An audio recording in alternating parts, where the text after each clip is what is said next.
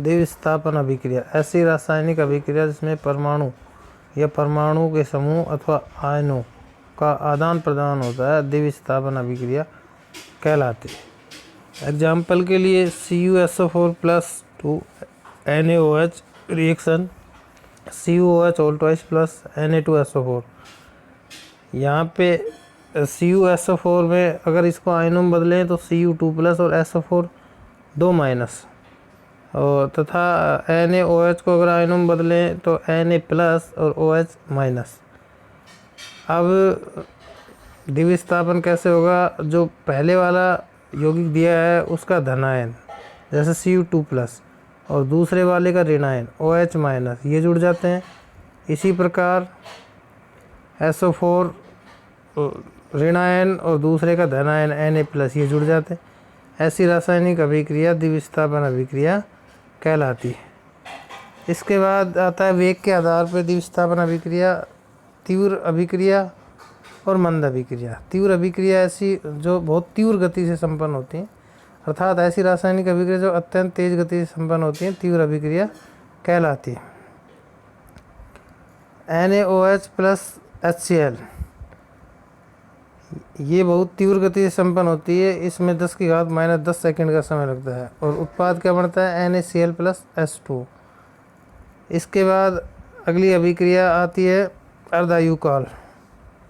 ऐसी रासायनिक अभिक्रिया जिसमें अभिकारक के स्थान पे अपन बोल सकते हैं क्रियाकारक। क्रियाकारक की जो मात्रा होती है उसका आधा होने में जो समय लगता है या उत्पाद में बदलने में जो समय लगता है उसे अर्धायुकाल कहते हैं। इसके बाद नंबर 2 आती है मंद अभिक्रिया। ऐसी रासायनिक अभिक्रिया जो अत्यंत मंद गति से, मंद गति का मतलब उसमें समय लग सकता है कुछ घंटे या कुछ वर्ष लग सकते हैं या कुछ दिन का भी लग सकता है। जैसे कि आप सब जानते हैं कि लोहे पे जंग लगने में बहुत लंबा समय लगता है, तो ये अभिक्रिया कौन सी है? मंद अभिक्रिया है। एग्जाम्पल के लिए 4Fe plus 3O2 plus 6H2। Fe लोहा है, ऑक्सीजन और जल के संपर्क में आएगा तो इस पर क्या लगेगी? जंग लगेगी, और जंग का सूत्र क्या है? 2Fe2O3.3H2। इसके बाद आता है अनुत्क्रमणीय अभिक्रिया। अनुत्क्रमणीय अभिक्रिया क्या होती है? जिसमें क्रियाकारक से क्या बन सकता है? उत्पाद तो बन सकता है, परंतु उत्पाद से पुनः क्रियाकारक नहीं बन सकता है, तो ऐसी अभिक्रिया कहलाती है अनुत्क्रमणीय अभिक्रिया। एग्जाम्पल के लिए C+O2 रिएक्शन CO2, इसमें क्रियाकारक से क्या बना? उत्पाद तो बन गया CO2, लेकिन CO2 पुनः टूट के कार्बन और ऑक्सीजन में नहीं बदलता है, तो ऐसी अभिक्रिया अनुत्क्रमणीय अभिक्रिया कहलाती है। इसके बाद आता है उत्क्रमणीय अभिक्रिया। उत्क्रमणीय अभिक्रिया किसे कहते हैं? जिसमें क्रियाकारक से क्या बन सकता है? उत्पाद, और उत्पाद से पुनः क्या बन सकता है? क्रियाकारक, तो ऐसी अभिक्रिया क्या कहलाती है? उत्क्रमणीय अभिक्रिया। जैसे अमोनिया बनाने की विधि है ammonia N2 plus 3H2 reaction 2NH3।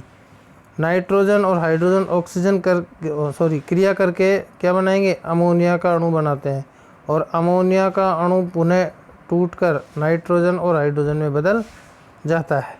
तो इस प्रकार की अभिक्रिया क्या कहलाती है? उत्क्रमणीय अभिक्रिया। उत्क्रमणीय अभिक्रिया के तीर के सिंबल से दर्शाते हैं, जैसा कि आपके सामने नोट्स में दर्शाया गया है। इसके बाद आता है ऑक्सीकरण अभिक्रिया। जैसा कि नाम से ही पता चल रहा है ऑक्सीकरण। ऑक्सीकरण का मतलब होता है जिसमें क्या होता है?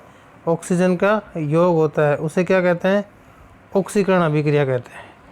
और ऑक्सीजन कैसा तत्व है? ऋण विद्युतीय तत्व है, तो ऋण विद्युतीय तत्व का क्या होगा? योग होगा, तो फिर क्या होगा? धन विद्युत तत्व की क्या आनी चाहिए? कमी आनी चाहिए। तो ऐसी रासायनिक अभिक्रिया जिसमें ऑक्सीजन का योग हो तथा ऋण विद्युतीय तत्व ऑक्सीजन का योग हो तथा हाइड्रोजन की क्या हो? कमी हो, तो उसे क्या कहते हैं? ऑक्सीकरण अभिक्रिया कहते हैं। एग्जाम्पल के लिए H2S प्लस Cl2, अगर इनको आयनों के रूप में लिखें हैं तो H क्या है? धनायन है, H प्लस, और S क्या है? ऋणायन है। Cl2 क्या है? यहाँ उदासीन परमाणु जिसके ऊपर कोई आवेश नहीं होता है, कोई प्लस माइनस नहीं होता है, वो कैसा होता है? उदासीन। यहाँ क्या है? H2 है, और इधर H2 क्या बदल गया? H प्लस H प्लस और Cl माइनस में बदल गया। Cl कैसा था, यहाँ उदासीन था, यहाँ कैसा है, ऋण आवेशित। तो परिभाषा के अकॉर्डिंग क्या है, जिसमें ऑक्सीजन का क्या हो, योग, और यह हाइड्रोजन की क्या हो जाए, कमी। यहाँ H2S था, H2S में ये सल्फ़र के साथ जुड़ा हुआ है, लेकिन इधर क्या हो गया, ये सल्फ़र के साथ हट गया, इसका मतलब इसके साथ क्या आ गई, कमी आ गई। और ऐसी अभिक्रिया कहलाती है ऑक्सीकरण अभिक्रिया। इसके बाद अगला है अपचयन। अपचयन ऑक्सीकरण के जस्ट विपरीत होती है। अपचयन क्या है, ऐसी रासायनिक अभिक्रिया जिसमें हाइड्रोजन का योग, हाइड्रोजन कैसा तत्व है, धन विद्युतीय तत्वों का योग, तथा ऑक्सीजन या ऋण विद्युतीय तत्वों की क्या होती है, कमी, उसे क्या कहते हैं, अपचयन अभिक्रिया कहते हैं। आगे देखिए, अपचयन में एग्जाम्पल दिया हुआ है अपने पास ZnO प्लस C। तो Zn अगर आयन के रूप में लिखें तो Zn क्या होता है, Zn 2 प्लस होता है, और O क्या होता है, O माइनस होता है, प्लस C जिसके ऊपर कोई आवेश नहीं है, वो कैसा है, उदासीन तत्व है। इधर रिएक्शन में करेंगे तो Zn प्लस CO हो गया, Zn प्लस C हो गया। और परिभाषा के अकॉर्डिंग क्या है कि ऑक्सीजन की कमी होनी चाहिए, तो इधर ऑक्सीजन Zn के साथ जुड़ा हुआ था, तो Zn अब इधर क्या हो गया, CO के साथ जुड़ गया, तो Zn के पास क्या होगी, ऑक्सीजन की कमी होगी। तो ऑक्सीजन की कमी हो या ऑक्सीजन की कमी नहीं हो, तो क्या हो, हाइड्रोजन की क्या होनी चाहिए, वृद्धि। तो ऐसी अभिक्रिया क्या कहलाती है, अपचयन अभिक्रिया कहलाती है। इसके बाद आता है इलेक्ट्रॉन के आधार पे ऑक्सीकरण और अपचयन। इलेक्ट्रॉन के आधार पे ऑक्सीकरण अपचयन क्या है, ऑक्सीकरण तो ऐसी रासायनिक अभिक्रिया जिसमें इलेक्ट्रॉन की क्या होती है, कमी, उसे क्या कहते हैं, ऑक्सीकरण अभिक्रिया कहते हैं। एग्जाम्पल के लिए देखिए Na जैसा कि आपको पता है कि कितने नंबर पे आता है, 11 नंबर पे आता है। यहाँ Na प्लस हो गया, प्लस का मतलब इसने एक इलेक्ट्रॉन क्या कर दिया, त्याग दिया, तो 11 से कितने हो गए, इधर 10 हो गए, तो इसमें क्या होगी, इलेक्ट्रॉन की कमी। और इलेक्ट्रॉन की जो कमी होती है उसे क्या कहते हैं, ऑक्सीकरण कहते हैं। इसके बाद क्या है, अपचयन। अपचयन क्या है, ऐसी रासायनिक अभिक्रिया जिसमें इलेक्ट्रॉन की क्या हो, वृद्धि हो। तो आप जानते हैं एग्जाम्पल के लिए Cl कितने नंबर पे आता है, 17 नंबर पे।